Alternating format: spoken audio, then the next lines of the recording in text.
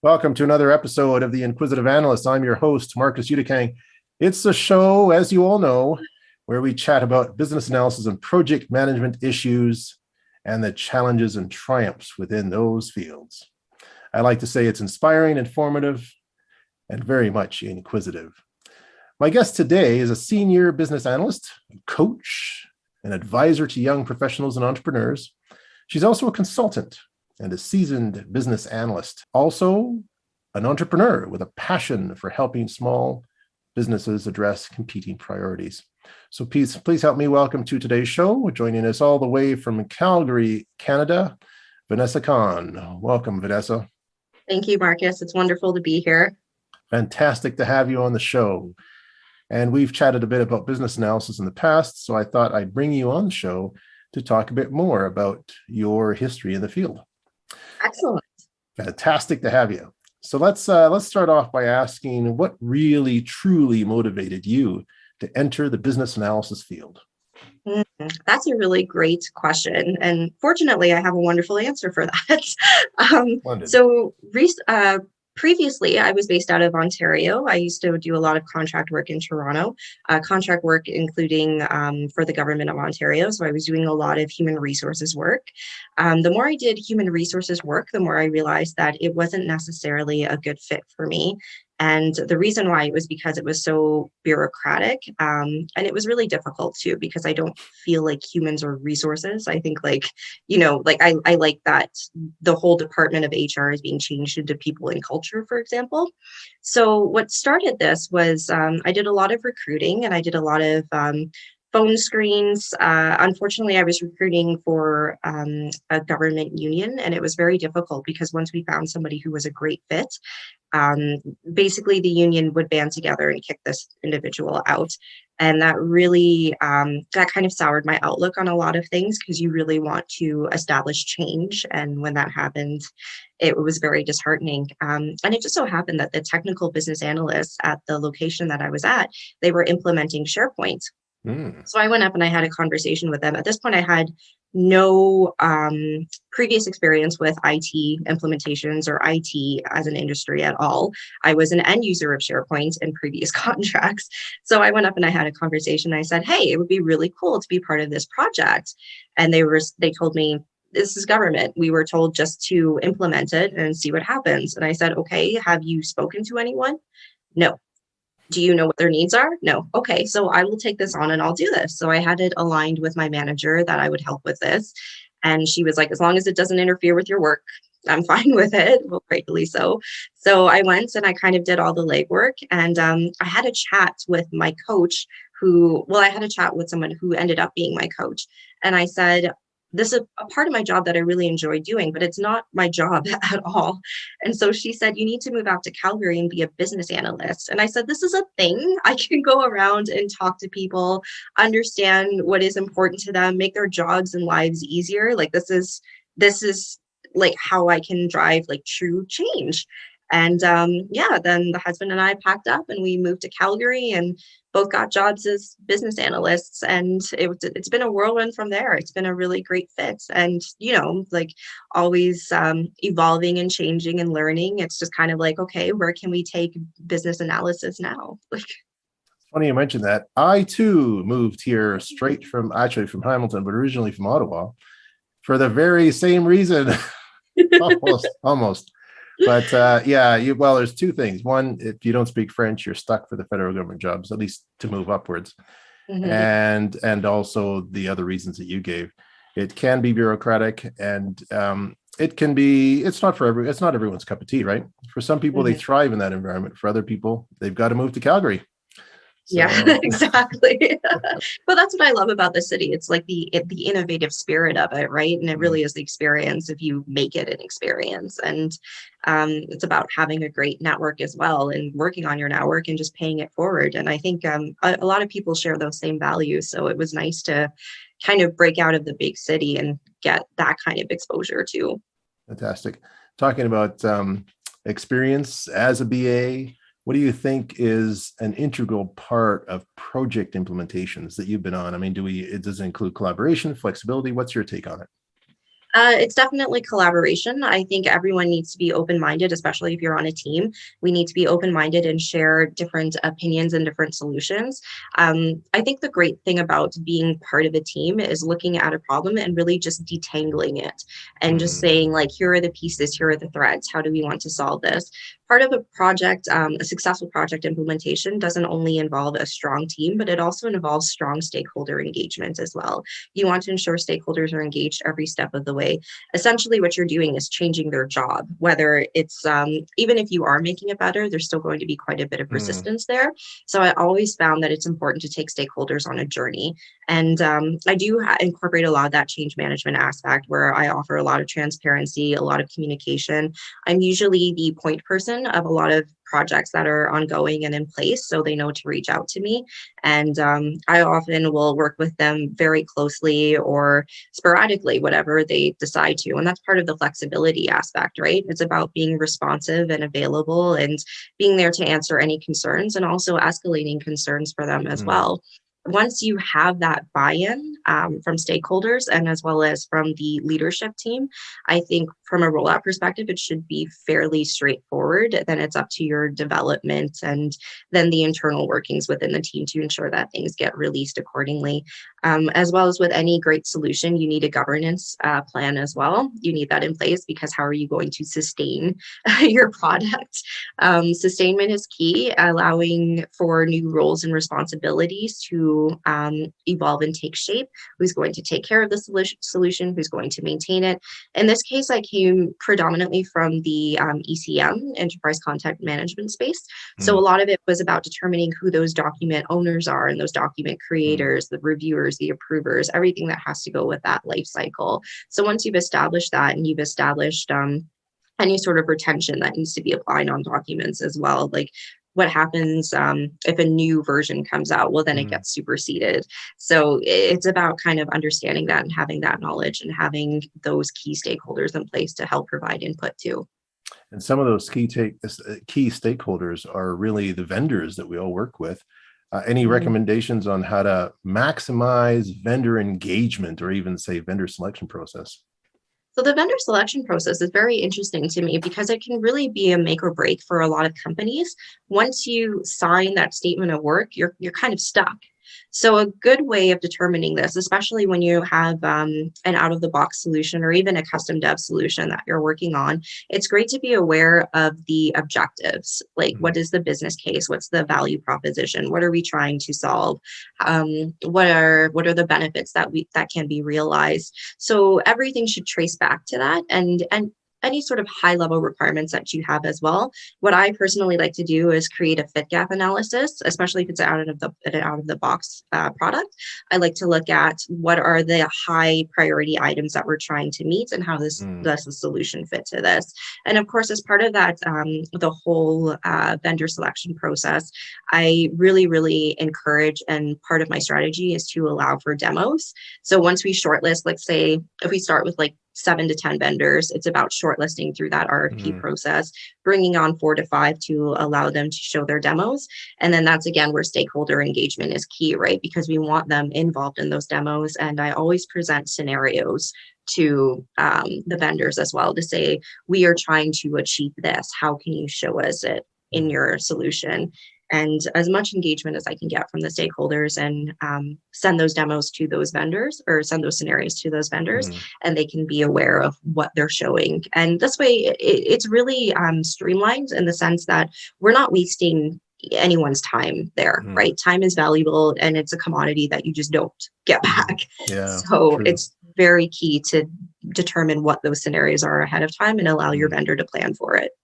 Fantastic. Now, as you mentioned about statement of works, any key insights for BAs who are struggling with statement of work? Anything that comes to mind? I would say to work very heavily with your project manager on that because they're ultimately accountable for it, but clear understanding of scope, what's in scope, what's out of scope. what type of resources are required. If you're looking at custom dev, you probably want to secure some developers, you want to reserve some QAs. Your statement of work should also have your objectives. What are you trying to achieve? So one of the things, and it's funny because I actually had this exercise, I believe it was a couple of days ago when we were looking at a vendor statement of work. And then they said, well, if this happens, then we will send an alert. And, we took it back. The project manager and I were just like, well, yeah, but that's a checkbox. What happens after that? What's the catalyst to this? So one of the things that we did was go back to them and say, is there any sort of root cause analysis that we could look at as to why this machinery, for example, could be failing?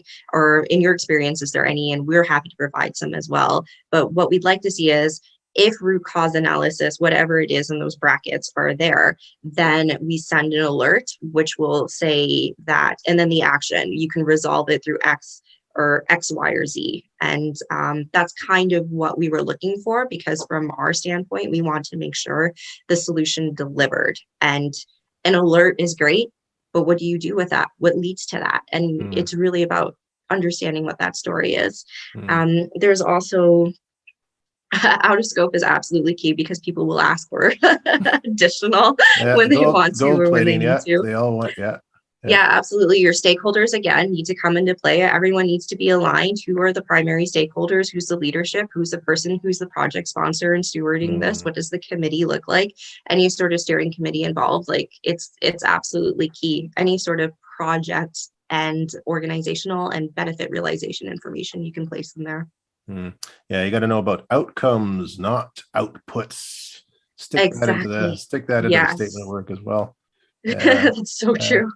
So yeah, some of the descriptions you were giving sound very much like that. Process flow too is very important, going from A, B, C as opposed to A to Z without something in between.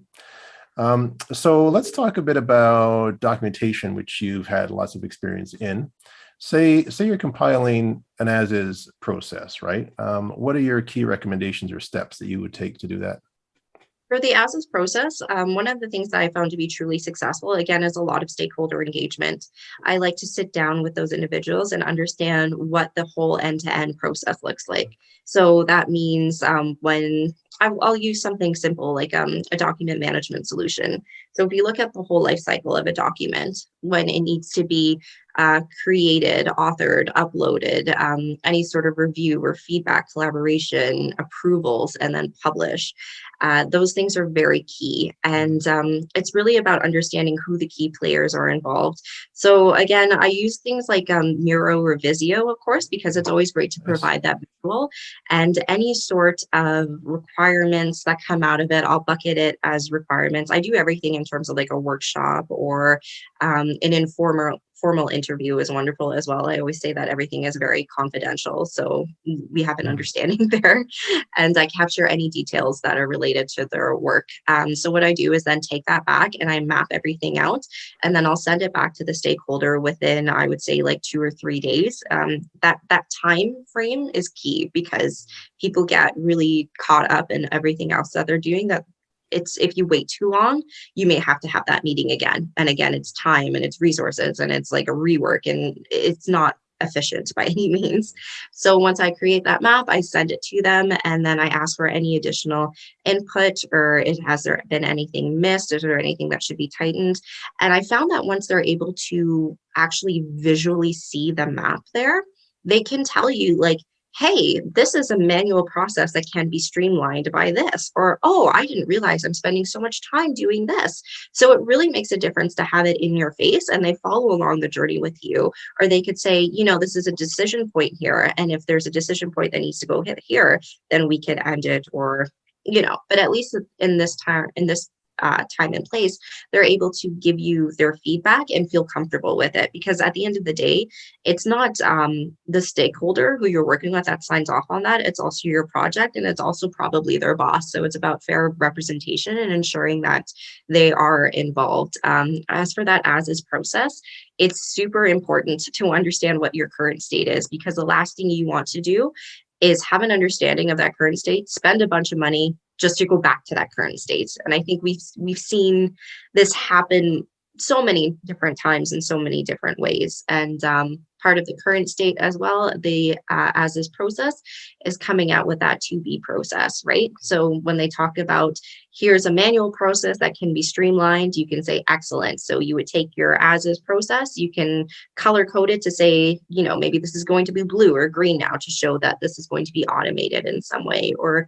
for a future integration point. But documentation is clearly key from a project perspective, as we know that when we roll off a project, it's never really done. Once the project team ends, there's usually a phase 2, 3, 4, 5, 6 that you may or may not be part of. So it's always about setting up your future teams for success as well.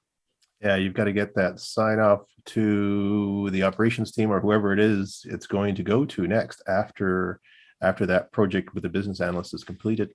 Now, as you were speaking, I thought, what's really important is clear communication and transparency with your stakeholders. Absolutely. There's nothing worse you have to do. And there's a lot of back and forth, going back and validating and verifying things. It's not a straight, okay, I'll just get it on a one-time shot and off to the next stakeholder. There's always a lot of back and forth in that process, which is cool. Yes, definitely. It's also important to build that in as well into your estimates. Yeah. Oh, yeah. Yeah, definitely. Yeah. Always, never. It's going to take me one day. Well, yeah, it might if everything goes perfect. So just put on some buffer, make it 2 or 3 days, because you never know. The other people have appointments too, and you may not be able to get to that person immediately. Exactly. That's true. Yeah. Now, you mentioned document management, obviously. Any takeaways for those BAs who want to lead or if they are leading a document management process?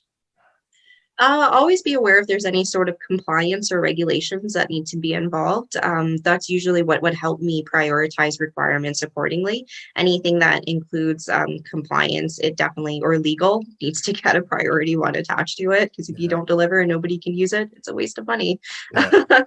Leadership is very key as well. If you're leading a project, again, it's about being the touch point for stakeholders, for any sort of leadership, or for any kind of person that comes by and just wants to hear more about the project. So understanding your project is very important.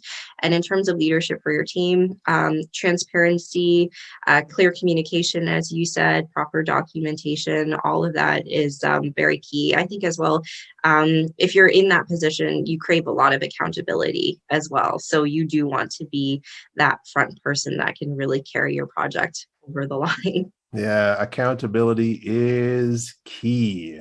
Who is accountable? Who's trusted? Who has the integrity? And so on and so forth. I think that's definitely vitally important. Now, what's your experience with designing, say, implementing processes for product owners? Any key takeaways on that? That's a fascinating question. So the interesting thing that, and I think Marcus, you and I had that chat about earlier, was that BAs are now actually being set up for success in roles such as product owners. And it's wonderful to see the career progress into that. As part of that, as we know with product owners, it's great if they have a BA background. That being said, I do highly recommend that they still need a BA, because once you're in that strategy space, you can't really perform at your best in that execution level if you're balancing both. So part of having a BA is really in having them do that legwork, gather those requirements, touching point with internal stakeholders or external, if there's any, or even external vendors, just to get it off your plate. As a product owner, it's really important to keep you in that type of strategy and vision space, and ensure that you're not getting bogged down with the weeds. So what I did when I was a BA for numerous product owners and a previous client site was streamline the processes for the implementation team. So one of the things that we did was ensure that product owners were able to establish what the vision was. They were also the initial touch point for internal stakeholders that came to them with requirements. For example, if there was an analytics requirement, it would say they would fill out a JIRA card at a very high level. The product owner would approve or reject or prioritize it as accordingly, and then send it to the BA, which would be me. And then I would chat with the team about it in our estimation and sprint planning meetings. And if we needed more information, then I would take it back to the internal stakeholder. I would, again, transparency is key when you're dealing with anybody. So for my product owners, I would send a quick touch point to say, hey, I'm going to go chat with so-and-so for analytics to understand what the technical requirements are involved here.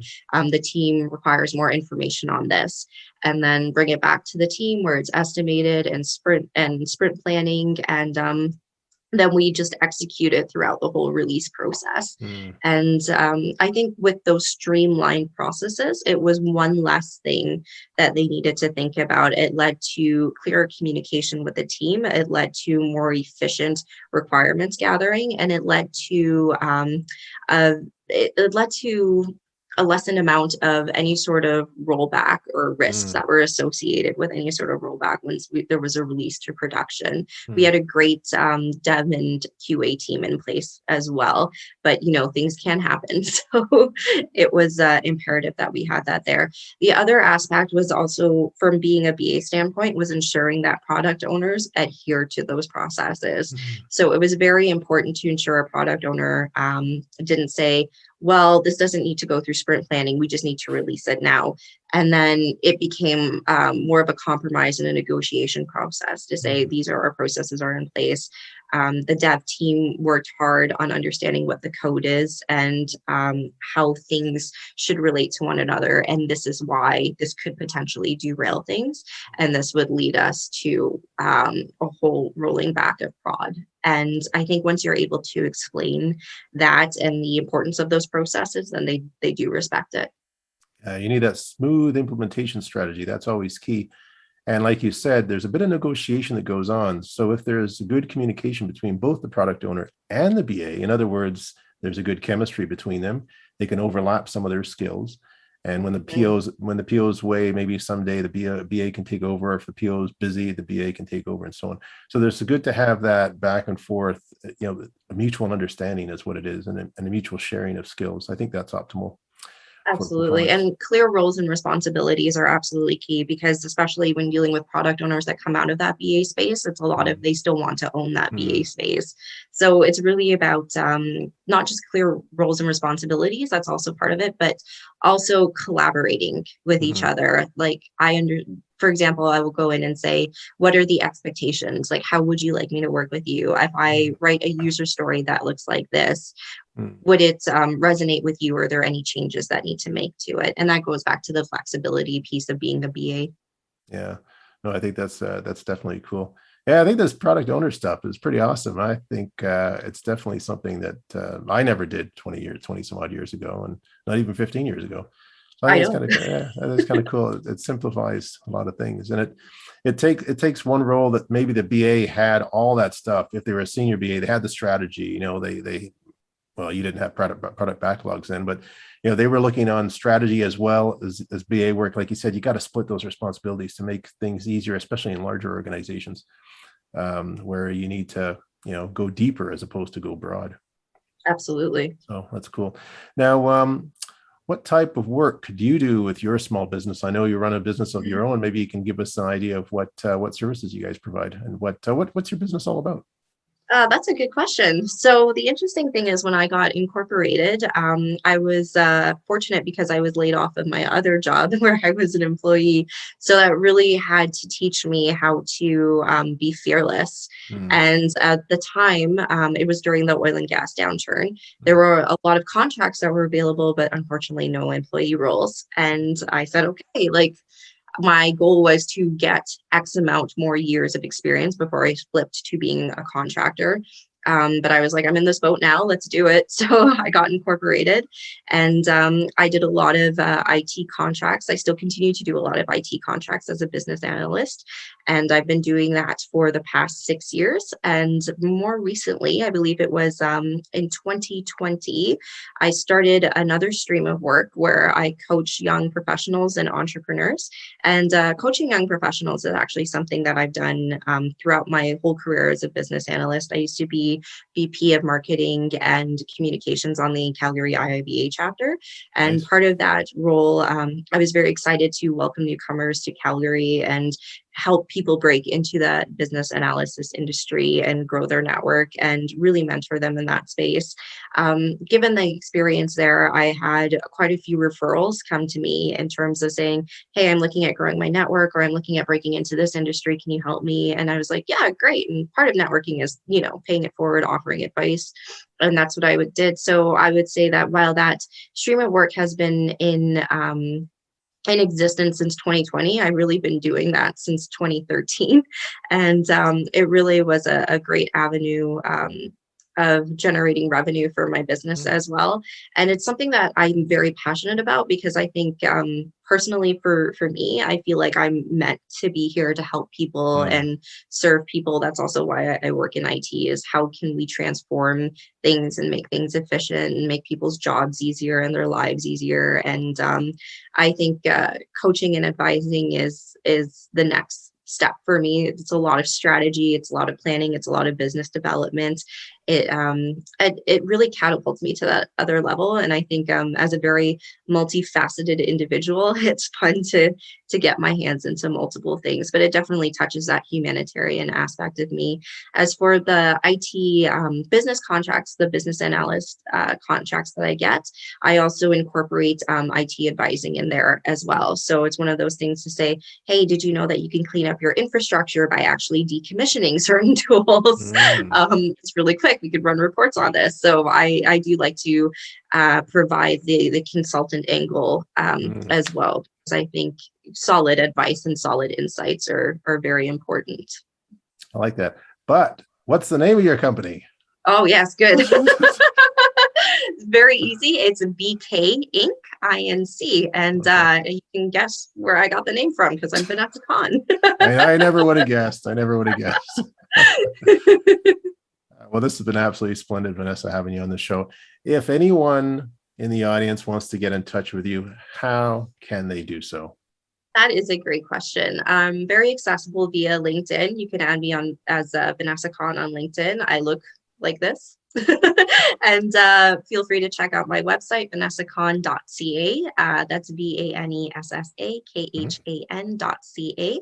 I've also got lots of blogs and thought leadership tailored blogs up there as well. I did a really cool one earlier this year on Magic Johnson and how he was able to move past being an amazing basketball player into an entrepreneur, a thriving entrepreneur, and CEO of Magic Johnson Enterprises. And no, he does not know that article exists, but hopefully he's watching. You never know.